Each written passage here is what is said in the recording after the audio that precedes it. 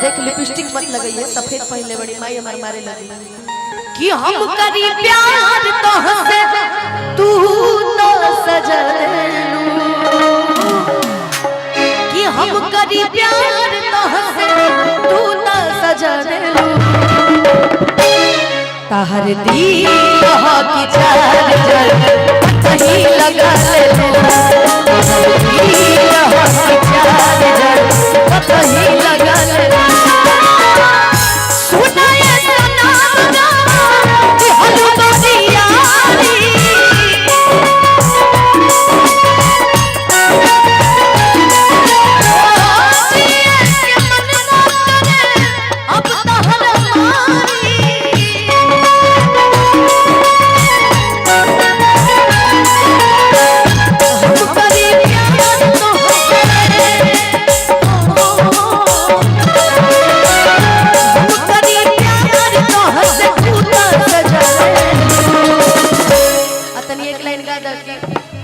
रुको भैया, ताहर दिल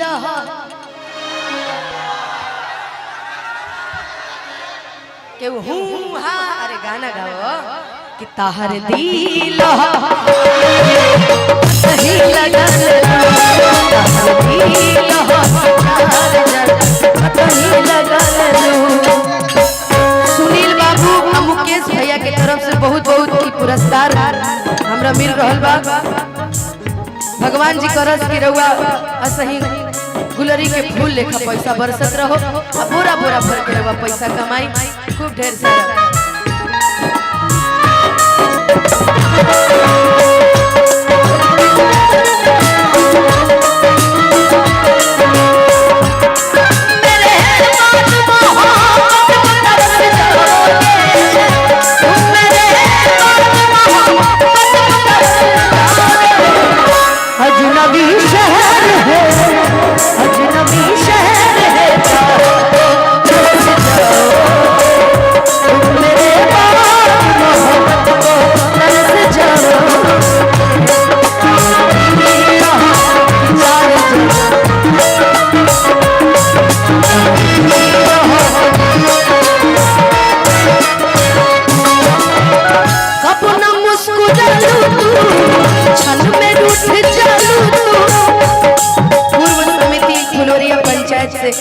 बहुत बहुत अजय भैया की तरफ से बहुत बहुत आशीर्वाद पुरस्कार।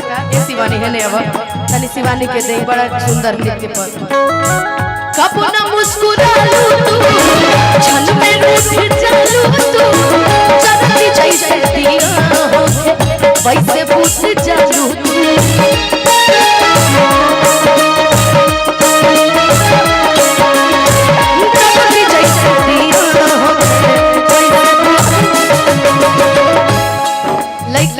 लड़का में जब अटूट प्रेम रहेला ना, जब बहुत प्रेम रहेला, अगर लड़की दिल से प्यार करेले तब विवेक बाबू एक ही को गाना गाएला, छोड़ के न जाओ पिया, छोड़ के न जाओ पिया, तुझको मैंने तुझको मैंने दिल दे दिया, प्यार मैंने तुझसे है किया, प्यार मैंने तुझसे है किया, तुझको मैंने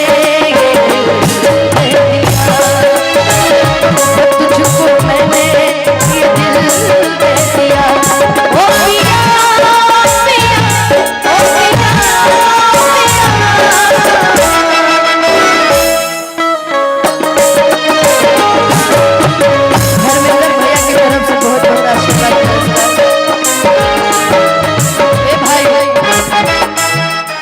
भाई इतना सुंदर नाम बता के गई रिलिया फंसे हल्का हल्का, यही से धर्मेंद्र खाली सुनी पैनी। आगे बताई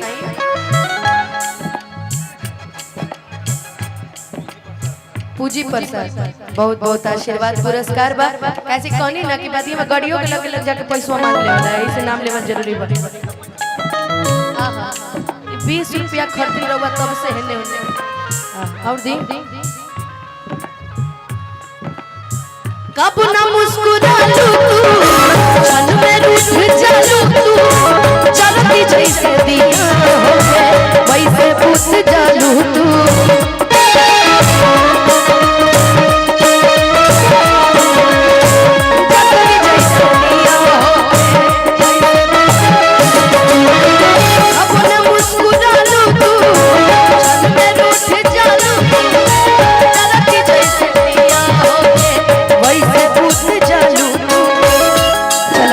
अरे धन्यवाद। चलो ना भाई होने चलो ना, हम आवत तनी तू चलो चलो चलो भाई तू होने चलो। हाँ सुत न दिलु सपना में हो, सुत न दिलु सपना में आके जगा दे कि ताहर दिल हो। प्यार मोहब्बत कइले बड़ा सब धोखा मिलल बा, हम खिंचवाई तहरा से इश्क हो गइल बा मर्दे। ला बताओ कि तहर दिल हो कि चार्जर कतही लगल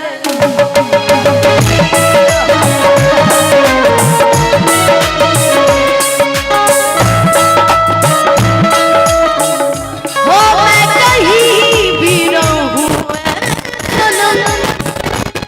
मुझको है जिंदगी की कसम।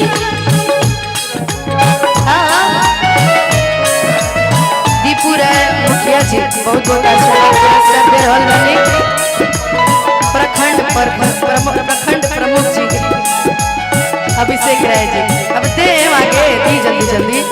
जनी सोचा हमरा बारे में तहरा खातिर हमर माइल ई प्यार कल है परसों के कायल न रहे, भुला गइलू ऐसे जैसे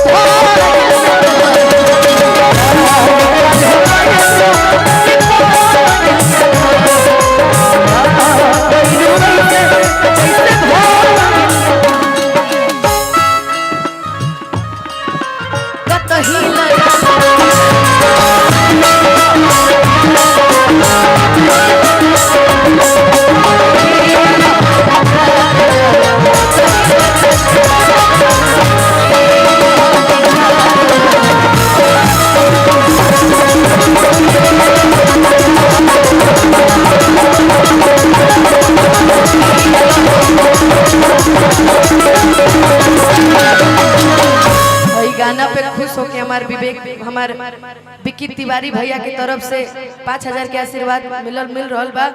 गूगल पे नंबर रहुआ पता बा हमरा सेंड कर दी। कहे से कि केहू भी हो के मंच में म्यूजिशियन हो एंकर हो, विक्की भैया हमरा के बहुत मानिला। आ विक्की तिवारी भैया से बहुत जल्द मुलाकात हुई है ना विक्की भैया? बतियाई रितिका से बतियाई। हाँ भाई अब हमरा